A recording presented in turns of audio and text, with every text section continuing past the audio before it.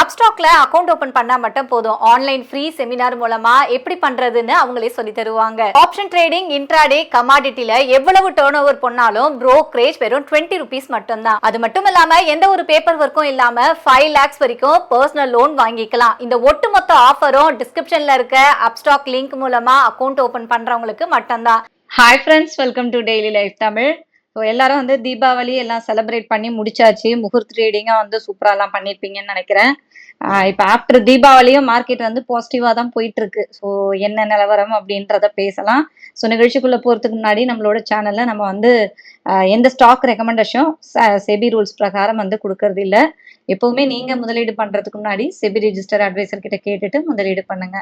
இப்போ அருள்ராஜன் சார் இருக்காங்க, அவர்கிட்ட கேட்கலாம். வணக்கம் சார். வணக்கம் சார். மார்க்கெட் இப்போ ஆஃப்டர் தீபாவளி முகூர்த்த ட்ரேடிங் வரையும் கொஞ்சம் நல்லா பாசிட்டிவா தான் முடிஞ்சது. அதுக்கப்புறம் இந்த லீவு ஒரு நாள் முடிஞ்சு பாத்தீங்கன்னா பாசிட்டிவா தான் வந்திருக்கு.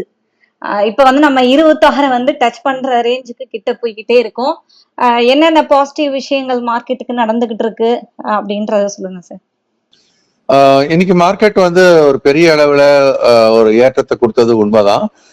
அந்த ஏற்றம் அப்படின்னு நம்ம சொல்லும் போது காலையில அது ஒரு பெரிய கேப் அப் அப்படின்னு நம்ம சொல்லக்கூடிய வகையில அது ஓபன் ஆனது. அந்த கேப் அப் ஆனா தக்க வைக்கப்பட்டதா அப்படின்னு ஒரு கேள்வியை முன்வைக்கும் போது இல்ல, அந்த ஏற்றத்தினுடைய பெரும்பகுதியை சந்தையானது இழந்து விட்டது அப்படின்றதுதான் நம்ம பிராக்டிக்கலாவும் யோசிக்க வேண்டியிருக்கு. காலையில துவங்கும் போது காலையில தூங்கும் போது பாத்தீங்கன்னா இந்த பழைய 26,000 தாண்டியது அப்படின்றது ஒரு முக்கியமான விஷயம். 26,050 ஒரு ஸ்ட்ராங்கான கேப் அப் ஓப்பனிங். ஆனா அதனால சஸ்டைன் ஆக முடிஞ்சதா அப்படின்னா இல்ல. கிட்டத்தட்ட 26,057 ஓப்பன் ஆகி இறங்கி 25,891 அப்படின்னு சொல்லக்கூடிய வகையில ஏற்றத்தினுடைய பெரும் பகுதியை அது இழந்து அப்போ மார்னிங் பாத்தீங்கன்னா ஒரு 180 190 இந்த பாயிண்ட் கிட்டத்தட்ட அது ஏற்றத்துல இருந்தது போய் முடியும் போது அப்படின்னு பாத்தீங்கன்னா அதனுடைய ஏற்றம் என்பது வெறும் ஒரு 22 புள்ளி ஏற்றத்தில் முடிஞ்சிருக்கிறதா நம்ம பாக்குறோம். சோ இந்த ஏற்றத்துக்கான காரணம் என்ன, ஏன் இந்த ஏற்றம் தக்க வைக்கப்படவில்லை அப்படி ரெண்டையுமே நம்ம பார்க்க வேண்டியிருக்கு. சோ ஏற்றத்துக்கான காரணம் அப்படின்னு நம்ம யோசிக்கும் போது முக்கியமான ஒரு விஷயம், எல்லாமே எதிர்பார்க்கக்கூடிய விஷயம், இந்தியாவுக்கும் யுஎஸ்க்கும் அந்த ட்ரேட் டீல் அப்படின்றது கிட்டத்தட்ட அது நடக்கக்கூடிய வாய்ப்புகள் இருக்குது அப்படின்னு ஒரு செய்தி வந்துகிட்டு இருக்கு. அதுவும் குறிப்பா இந்த டேரிஃப் அப்படின்றது இப்போ 50% ட்ரம்ப் போட்டதுல இருந்து அது 15% குறைக்கப்படுவதற்கான வாய்ப்பு இருக்கிறது அப்படின்ற ஒரு விஷயமும், இந்த டீல் எதனால நடக்குது அப்படின்னு சொல்லும் போது இந்தியா ரஷ்யா கிட்ட இருந்து வாங்குற ஆயில படிப்படியா குறைச்சிக்கிறோம், அதுக்கு பதிலாக யூஎஸ் கிட்ட இருந்து ஆயில் வாங்குறோம் அப்படின்ற மாதிரியான ஒரு டீல் எல்லாம் பேசப்பட்டு கொண்டிருப்பதாகவும், அதே மாதிரி யூஎஸோட அக்ரிகல்ச்சரல் ப்ராடக்ட்ஸ் அவங்க சைனா அவங்க இம்போர்ட் பண்றத இப்போ தவிர்க்கிறாங்க, இல்ல டெம்பரரியா நிறுத்தி வச்சிருக்காங்கன்ற ஒரு சினாரியோல அங்க யுஎஸ்னுடைய சோயா பெருமளவில் அங்க எக்ஸ்போர்ட் பாதிக்கப்படக்கூடிய நிலைமையில இருக்கு. சோ அந்த இந்தியா ஓரளவுக்கு இறக்குமதி செய்யும் அப்படின்ற மாதிரியான ஒரு பேச்சும் நடந்துகிட்டு இருக்கு. அதனால அமெரிக்காவுக்கு சாதகமான சில முடிவுகளை இந்தியா எடுக்கக்கூடிய ஒரு சூழல் இருப்பதனால் ட்ரம்ப் டாரிஃபை குறைப்பாரு அப்படின்ற ஒரு எதிர்பார்ப்பு அபிஷியலா எந்த பக்கம் தகவல் வரல. இது கசிந்து விடப்பட்ட ஒரு தகவல் தான். இன்னும் நமக்கு அபிஷியலா யாரும் அனௌன்ஸ் பண்ணல. இதனால நமக்கு எக்ஸ்போர்ட் ஓரியன்டட் கம்பெனிஸ்க்கு எல்லாம் ஒரு பெரிய ரிலீஃபா இருக்கும் அப்படின்னு எதிர்பார்க்கப்படுகிறது. கூடவே சந்தையினுடைய இந்த ஒரு நகர்வு அப்படின்றது குறிப்பா நம்ம சொல்றதா இருந்தாக்கா எஃப்ஐஸோட வாங்குதல் கடந்த 5-6 நாளா பாத்தீங்க அப்படின்னா வாங்கிட்டு இருக்கிறாங்க. பெரிய குவான்டிட்டியில வாங்கினாலும் கூட அவங்க விற்கிறது இல்லை அப்படின்றதே சந்தைக்கு ஒரு சாதகம். ஏன்னா டிஐஸ் தொடர்ந்து வாங்கிட்டு இருக்கிறாங்க. எஃப்ஐஸனுடைய வாங்குதல் அப்படின்றது ஒரு பெரிய மதிப்பில் இல்லாம இருந்தாலும் கூட அவங்க ஜூலை, ஆகஸ்ட், செப்டம்பர் இந்த பீரியட்ல பாத்தீங்க அப்படின்னா 35,000 to 47,000 கோடிக்கு அந்தந்த மாசங்கள்ல வித்திருக்கிறாங்க. அந்த மாதிரி பெரிய அளவுல விற்பனையை முடுக்கிவிட்ட இந்த 3 மாதங்களை தாண்டி அக்டோபர் மாசம் துவக்கத்துல அவங்க விற்பவராக இருந்தாலும் கூட கடைசியா நம்ம பாக்குற 5-6 நாள்ல வாங்குறாங்களா மாறி இருக்காங்கன்றதும் நெட்டா இந்த மாசத்துக்கு அப்படின்னு பார்க்கும்போது அவர்கள் விற்பவர்கள இருந்து மாறி ஒரு நியூட்ரல் ஸ்டேஜ்க்கு வந்துட்டாங்க. ஒரு 300 கோடி வாங்குறவங்களா காட்டுது. பட் இருந்தாலும் அவங்க நியூட்ரல் ஸ்டேஜ்ல திரும்பி இருக்கிறாங்கன்றது சந்தைக்கு மிகவும் ஒரு பாசிட்டிவான விஷயமா பார்க்க வேண்டியிருக்கு. இதற்கு அடுத்து அப்படின்னு நம்ம பார்க்கும்போது இந்த Q2 ஏர்னிங்ஸ் அப்படின்றது ஓரளவுக்கு சந்தையினுடைய எதிர்பார்ப்பை விட, ஏன்னா ஐடி கம்பெனி எல்லாம் ரொம்ப மோசமா இருக்கும் அப்படின்னு எதிர்பார்த்ததுல இருந்து இன்ஃபோசிஸ்லாம் கூட ஒரு டீசென்டான ரிசல்ட்டை கொடுத்துருக்காங்க அப்படின்றது ஒரு உண்மையும் கூட. அதையும் தாண்டி பேங்கிங் செக்டார்லாம் வந்து ஒரு நல்ல ரிசல்ட்ஸை கொடுக்க ஆரம்பிச்சிருக்கிறாங்க. அதுவும் வந்து ஒரு பாசிட்டிவான விஷயமா பார்க்கப்படுகிறது. ஆக இந்த கார்பரேட் ஏர்னிங்ன்றது வந்து ஒரு தன்னம்பிக்கை கொடுக்கக்கூடிய வகையில வரக்கூடிய அடுத்தடுத்த குவார்ட்டர்ஸும் வலிமையா இருக்கலாம்ன்ற எதிர்பார்ப்பையும் ஏற்படுத்தி கொண்டு வருகிறது. இன்னும் ஃபுல்லா வந்து முடியல, இன்னும் நிறைய வர வேண்டி இருக்கு. அதே சமயம் இந்த ஃபெஸ்டிவல் சீசன், தீபாவளி சீசன் எல்லாம் பாத்தீங்க அப்படின்னா சேல்ஸ் அப்படின்னு பார்க்கும்போது நிறைய நம்பர்ஸ் எல்லாமே ரொம்ப பாசிட்டிவா இருக்கிறத நம்ம பாக்குறோம். குறிப்பா 2 சக்கர வாகனம், 4 சக்கர வாகனம், ஒரே நாள் 1 லட்சம் கார் இன்னைக்கு வித்தது. அதுல பாதிக்கு மேல மாருதியோடது 53,000 காருக்கு மேல அப்படின்லாம் செய்திகள் வந்துட்டு இருக்கு. ஸோ அப்போ ஃபெஸ்டிவல் சீசன் அப்படின்றது வந்து இந்த சந்தைக்கு ஒரு சாதகத்தை கொடுத்துருக்கிறத நம்ம பார்க்குறோம். அது இந்த வரக்கூடிய இப்போ அக்டோபர், நவம்பர், டிசம்பர் இந்த குவார்டர்ல ரிசல்ட்ல அது பிரதிபலிக்க வாய்ப்பு இருக்கு. அதனால Q3 அப்படின்றது கொஞ்சம் ஸ்ட்ராங்கா இருக்கலாமோ அப்படின்னு ஒரு எதிர்பார்ப்பையும் கொடுத்துருக்கு. கூடவே மற்ற வேர்ல்ட் லெவல்ல நடக்கக்கூடிய மேக்ரோ எக்கனாமிக்கல் ஃபேக்டர்ஸ் அப்படின்னு நம்ம பார்க்கும்போது இப்போ ரஷ்யாவோட இந்த ப்ராப்ளம் அப்படின்றது கண்டிப்பா ட்ரம்ப் அவர்கள் வந்து ஒரு கடுமையான நடவடிக்கை எடுப்பாரு அப்படின்னு எதிர்பார்க்கப்பட்டது. ரஷ்யாவோட ஆயில் பெட்ரோலியம் கம்பெனிக்கெல்லாம் நிறைய அந்த டிரான்சிட் பண்ற கம்பெனிக்கெல்லாம் நிறைய டேரிஃப் போடுவாங்க அப்படின்னு எதிர்பார்க்கப்பட்டது. ஆனா சோ அது எந்த மாதிரியான ஒரு விஷயத்துல போய் முடியும் அப்படின்னு தெரியல. அப்பப்போ அவர் மாறிக்கிட்டே இருக்கிறார், ட்ரம்ப் சொல்றதுல மாறிக்கிட்டே இருக்கிறதால அது நிச்சயமற்ற தன்மை தொடர்றதை நம்ம பாக்குறோம். குளோபல் ட்ரேட் பாலிசி இதெல்லாம் வந்து நெகட்டிவான விஷயங்கள் தான். குளோபல் ட்ரேடுக்கு வந்து நம்ம பார்க்கும்போது ஒரு நாளும் ஒரு செய்திகள் வந்துகிட்டே இருக்குது. யூஎஸோட டிஸ்கஷன் அப்படின்றது ஒவ்வொரு கண்ட்ரிக்கும் அவர் வித்தியாசமா பேசிக்கிட்டே தான் இருக்கிறார். குறிப்பா சைனாக்கும் யூஎஸ்க்கு நடுவில் நடக்கிற இந்த ட்ரேட் வார் அப்படின்றது இன்னும் எஸ்கலேட் ஆகிறதுக்கான வாய்ப்பு இருக்குது அப்படின்றதும் மிக முக்கியமான ஒரு விஷயம். குரூட் ஆயில் பிரைஸும் கொஞ்சம் கொஞ்சமா அப்படியே கொஞ்சம் ஜம்ப் ஆயிட்டே இருக்கு, மேலே ஏற ஆரம்பிச்சிருக்கு. இது வரைக்கும் ஒரு வீக்னஸ்ல இருந்தது, அது ஒரு முக்கியமான ஒரு விஷயமா பார்க்க வேண்டியிருக்கு. அதே சமயம் சிபிஐ என்று சொல்லக்கூடிய கன்சூமர் பிரைஸ் இண்டெக்ஸ், இந்த டேட்டா வர இருக்குது யூஎஸ்க்கு.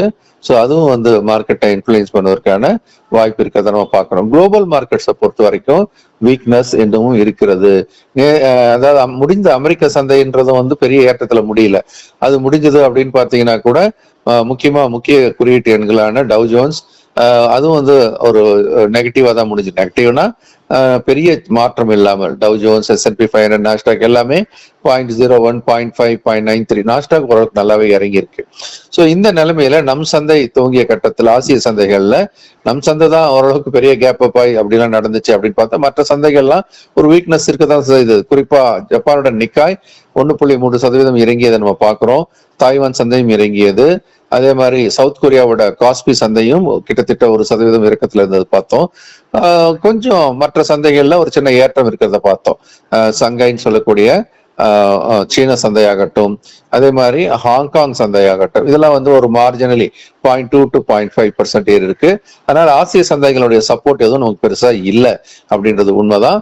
ஆனா இப்போதைக்கு இந்த ஏற்றம் அப்படின்றது ஒரு டோக்கன் ஆஃப் எக்ஸ்பெக்டேஷன் அப்படின்னு தான் எடுத்துக்கணும் மொழிய. இது நிஜம் மாறினாதான் இதனுடைய ஏற்றம் தொடர்வதற்கான வாய்ப்பு இருக்கு. இல்ல அப்படின்னு சொன்னா இந்த ஏற்றம் ஒரு தற்காலிக ஏற்றமாகவும், இந்த இறக்கம் வந்தா முதல் கட்டமா நமக்கு 25,700 இப்ப எங்க இருக்கு, 25,899 900 கிட்ட இருக்கு. ஒரு 200 புள்ளிகளுடைய இறக்கம் முதல் கட்ட ஒரு ஆதரவா இருக்கும். ஒருவேளை அது உடைக்கப்பட்டால் பழையபடி 25,450 500 இந்த ரேஞ்சை நோக்கி நகர வாய்ப்பு உண்டு. ஆனா வலிமை இருக்கிறது உண்மைதான், பட் இன்னும் அதுக்கு நிறைய தகவல்கள் தேவை. Okay sir. ஸோ இப்ப இந்த தீபாவளிக்கு வந்து செக்டார்ஸ் எல்லாம் நிறைய சேல் நடந்திருக்கும். நீங்க சொன்னீங்கல்ல சார், சேல்ஸ் எல்லாம் வந்து நல்லா போயிருக்கு அப்படின்னு. இப்போ இந்த சேல்னால வந்து செக்டார்ஸ் எல்லாம் நல்லா ஏறி இருக்கா? ஸ்டாக்ஸ் எல்லாம் குறிப்பிட்ட சில ஸ்டாக்ஸ் எல்லாம் ஏறி இருக்கா, எப்படி சார்? கடந்த ஒரு வாரமா அப்படின்னு பாத்தீங்கன்னா அதை இன்னைக்குன்னு எடுத்துக்க கூடாது. கடந்த ஒரு வாரம் அப்படின்னு எடுத்தீங்கன்னா கண்டிப்பா ஆட்டோமொபைல் செக்டார் அப்படின்றது மிகப்பெரிய அளவுல ஒரு ஏற்றம், கணிசமான இறக்கம் இந்த ஒரு வாரம் நடந்திருக்கு. இப்ப என்ன நடக்குதுன்னா ப்ராஃபிட் புக்கிங் நடக்கிறதா நீங்க பார்க்கலாம். ஏற்கனவே இந்த ஏற்றத்தை பயன்படுத்தி லாபத்தை வெளியே எடுப்பது அப்படின்றது நிகழ்ந்துட்டு இருக்குது நம்ம பாக்குறோம். அதே மாதிரி மற்ற செக்டார்ஸ் அப்படின்னு எடுத்தீங்கன்னாலும் எஃப்எம்சிஜியும் கடந்த ஒரு 4-5 நாட்களா எடுத்து பாத்தீங்க அப்படின்னா ஒரு கணிசமான ஏற்றம். அது ஆனா ஸ்டீப்பான ஒரு ஏற்றம். அவங்க எல்லாருமே இப்ப லாபத்தை வெளியெடுத்துட்டு இருக்கிறாங்க அப்படின்னு பாக்குறோம். ஸோ அதே நேரம் ஐடி செக்டார் அப்படின்னு எடுத்தீங்கன்னா இன்னைக்கு அதனுடைய நிலைமை என்ன ஆச்சு அப்படின்னா, ஒருவேளை ட்ரம்ப் கொஞ்சம் சுமூகமான மைண்ட் செட்ல இருக்காரோ அப்படின்ற ஒரு எதிர்பார்ப்புல மற்ற எல்லா துறைகளுமே ஏற்றம் கணிசமாக இருந்தாலும் தாக்கு பிடிக்க முடியாமல் இறங்கி முடிஞ்சிருக்கிற நிலைமையில ஐடி செக்டார் மட்டும் என்ன பண்ணிட்டு இருக்கு, இன்னும் ஹோல்ட் பண்ணிட்டு இருக்கிறத நம்ம பாக்குறோம். இப்போதைக்கு ஒரு ஸ்ட்ராங் செக்டாரா கண்ணுக்கு முன்னாடி தெரியறது வங்கித்துறையும் ஐடி துறை. மற்றதெல்லாம் ஏறினது உண்மைதான். அது எல்லாமே வந்து ஒரு ப்ராஃபிட் புக்கிங்ல கொஞ்சம் இறங்க வாய்ப்பு உண்டு. Okay sir. ஸோ இன்னைக்கு மார்க்கெட் வந்து எப்படி போயிருக்கு அப்படின்னு சொல்லிட்டீங்க. சார் இப்போ வந்து நம்ம டெய்லி அப்டேட்ல நம்ம வந்து கோல்டு சில்வரையும் கண்டிப்பா சேர்க்கிற மாதிரி இருக்கு சார். ஸோ கோல்டு சில்வர் வந்து அப்படியே ஏறிக்கிட்டே இருக்கு. 1 lakh போச்சு. அப்புறம் நேத்து பாத்தீங்கன்னா கொஞ்சம் இறங்குச்சு. திருப்பி இன்னைக்கு வந்து ஏறிச்சா? என்ன என்ன நிலவரம் சொல்லுங்க சார் அதையும். கண்டிப்பா. ஆக்சுவலா எல்லாமே கோல்டுனா எல்லாமே செய்தி தான். எல்லாரும் பாத்தீங்க அப்படின்னா கோல்டு ஏறினப்பவும் செய்தி தான், புது புது உச்சங்களை தோற்றுவித்து கொண்டே இருந்தது அப்படின்றது செய்தியா வந்துகிட்டே இருந்தது உண்மைதான். அதே சமயம் கடந்த ஒரு 4 நாட்களை கணக்குல எடுத்துக்கிட்டு அப்படின்னு பார்க்கும்போது ஒரு ஷார்ப் ஃபால் அப்படின்றதும் நடந்தது உண்மைதான். ஸோ இந்த ஷார்ப் ஃபால்ன்றது உடனே கோல்டு பெருசா இறங்கி கீழே விழுந்துருமா அப்படின்னா அப்படி கிடையாது. ஏன்னா இந்த இறக்கம் அப்படின்றது ஒரு லாபத்தை எடுக்கும் நோக்கில் இறங்கிய இறக்கமாக தான் பார்க்கணும். ஒரு 7% 8% விழுந்திருக்கிறத நம்ம பார்க்கிறோம். அதே நேரம் அதனுடைய ஏற்றம் அப்படின்னு பாத்தீங்கன்னா, அதுவும் குறிப்பா ஆகஸ்ட் மாசத்துல இருந்து மட்டுமே நீங்க கணக்குல எடுத்துக்கிட்டு பார்க்கும்போது அதனுடைய ஏற்றத்தினுடைய அளவு அப்படின்னு பாத்தீங்கன்னா கிட்டத்தட்ட அது வந்து 32-33%. நான் சொல்றது ஆகஸ்ட் செப்டம்பர் அக்டோபர் 3 மாசத்துல 32% ஏறி ஒரு 7% இறங்குறதுன்றது என்ன சொல்லுவோம், சாதாரணமா அதை வந்து ஒரு கரெக்ஷன் அப்படின்னு சொல்லுவோம். அந்த ஏற்றத்தினுடைய இறக்கம். இந்த உலக பொருளாதாரத்துல நிச்சயமற்ற தன்மை இருக்கும் வரை தங்கமானது மீண்டும் ஏறுவதற்கான வாய்ப்புகள் வந்து மிக அதிகமா தான் இருக்கு. இப்ப விழுந்த பிறகு என்ன நடக்குது, மீண்டும் இன்னைக்கு பொறுத்த வரைக்கும் இப்ப திரும்ப ரீபவுண்ட் ஆக ஆரம்பிக்கிறத நம்ம பாக்குறோம். தங்கம் அப்படின்னு எடுத்துட்டீங்கன்னா இது எம்சிஎக்ஸ்ல வியாபாரமாகக்கூடிய 10 கிராம் தங்கம், அது லோ அப்படின்னு பார்க்கும்போது டக்குன்னு அது கீழே 1,20,000 வரைக்கும் விழுந்தது. எங்க இருந்து? 1,31,000 இருந்து. சோ கிட்டத்தட்ட அதனுடைய வீழ்ச்சின்றது 10,000 ஒரு கிராமுக்கு 1,000 ரூபாய் அப்படின்னு கூட வச்சுக்கலாம். ஸோ ஒரு கிராமுக்கு 1,000 ரூபாய் அளவுக்கு விழுந்த தங்கமானது இப்ப என்ன பண்ண ஆரம்பிக்குது, அங்கிருந்து கொஞ்சம் மேல் நோக்கி திரும்ப முயற்சி பண்ணி கொண்டிருக்கிறது. அதனால ஆனா மேல ஏறதும் அவ்வளவு ஈஸி கிடையாது. நாளைக்கு நாளான்னைக்கு தெரிஞ்சிடும். ஏன்னா இந்த இடத்துல நிறைய செல்லிங் ப்ரெஷர் இருக்கு ஒவ்வொரு ஏற்றத்திலையும். அதனால இந்த செல்லிங் ப்ரெஷர் அவங்க ஓவர் கம் பண்ணிட்டுனா தங்கத்தினுடைய அந்த ஏற்றத்தினுடைய தொடர்கதை தொடரலாம். ஆனா இப்போதைக்கு நம்ம இதை எப்படி எதிர்பார்க்கணும் அப்படின்னா ஒரு சைட்வே மூவ்மெண்ட். தங்கமானது நம்ம பேசிட்டு இருக்கிறது 10 கிராம் தங்கம் எம்சிஎக்ஸ்ல 1,20,000 மேல 1,30,000. இந்த கிராமுக்கு நீங்க கணக்கு போட்டீங்கன்னா 1,000 ரூபாய் அப்படின்னு வச்சுக்கலாம். இந்த ரேஞ்சுக்குள்ளேயே தான் மேலே நம்ம பாக்குறோம். எப்படி நம்ம கோல்ட பத்தி பேசுறோமோ அந்த மாதிரி சில்வருடைய நிலைப்பாடும் அப்படின்னு பாத்தீங்கன்னா ரொம்ப முக்கியம். சில்வர் வந்து கிட்டத்தட்ட பெரிய ஷார்ப்பா கோல்டை விட ஒரு ஷார்ப்பான ஃபால். ஏன்னா ஏறினதும் அந்த மாதிரி ஷார்ப்பான ரைஸ் தான். கோல்டுடைய ஏற்றத்தை விட சில்வருடைய ஏற்றம் அப்படின்றது மிக மிக மிக அதிகம். ஸோ அந்த ஏற்றம் அப்படின்றத கணக்கில் எடுத்துக்கிட்டு பாத்தீங்க அப்படின்னா இந்த வீழ்ச்சி அப்படின்றது எல்லாம் எதிர்பார்க்கப்பட்ட ஒரு ப்ராஃபிட் புக்கிங்கான வீழ்ச்சி. அப்புறம் இன்னும் பல காரணங்கள் இருக்கு.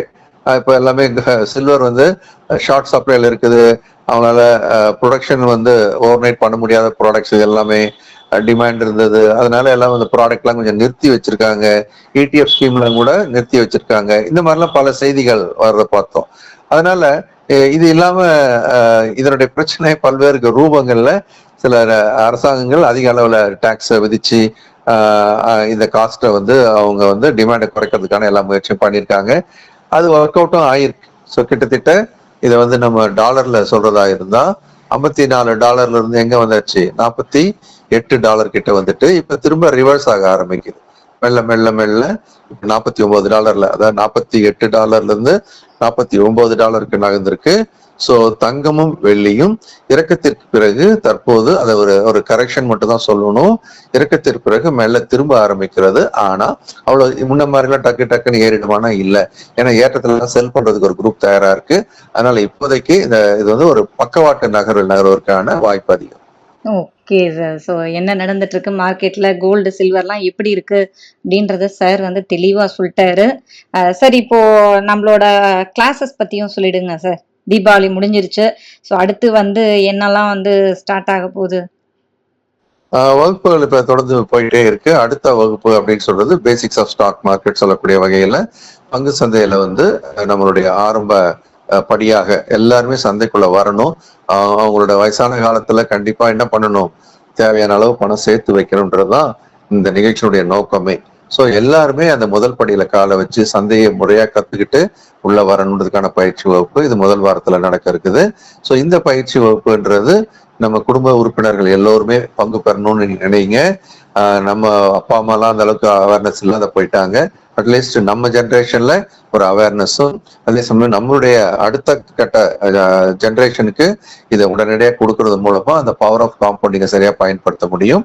இந்த ப்ரோக்ராமுக்கு முடிஞ்சு அதுக்கு அடுத்தடுத்த வாரங்கள்ல நமக்கு தொடர்ந்து நமக்கு எம்எஸ்எம் ப்ரோக்ராமும் எஸ்எஃப்எல் ப்ரோக்ராமும் அடுத்தடுத்து வருது. முதல்ல பேசிக்ஸ், அதன் பிறகுதான் இந்த 1 மந்த்துக்கான MSM master stock market program, ரிட்டையர்மெண்ட்டுக்கு ஒரு போர்ட்போலியோவும் ரெகுலர் இன்கம் ஒரு போர்ட்போலியோ எப்படி தயார் பண்றது இந்த படிப்பும், அதற்கு அடுத்த கட்டமாக தான் எஸ்எஃப்எல் வந்து மென்டார்ஷிப் ப்ரோக்ராம், இன்ஸ்டிடியூஷன்ஸ் எப்படி ட்ரேட் பண்றாங்கன்றத படிக்கக்கூடிய 1 மாத பயிற்சி வகுப்பு. Okay sir. ஸோ இந்த கிளாஸஸ்லாம் வந்து நீங்க பார்த்துக்கோங்க. உங்களோட நாலேஜுக்கு ஏத்த மாரி எந்த கிளாஸஸ் வேணுமோ நீங்க ஸ்க்ரீன்ல இருக்க நம்பருக்கு கான்டாக்ட் பண்ணுங்க. இல்ல வாட்ஸ்அப் பண்ணா கூட உங்களுக்கு வந்து கிளாஸ் டீடைல் அனுப்பிச்சு விட்டுருவாங்க. இன்னும் கேட்டீங்கன்னா நெறைய கிளாஸுக்கு வந்து நம்ம வியூவர்ஸ்க்கு நெறைய ஆஃபர்ஸ்லாம் சார் போட்டிருக்காரு. ஸோ அது எல்லாமே நம்ம சேனல் மூலமா போறவங்களுக்கு தான். அதனால வந்து இம்மீடியட்டா வாட்ஸ்அப் பண்ணுங்க. Thank you sir. நன்றி, வணக்கம்.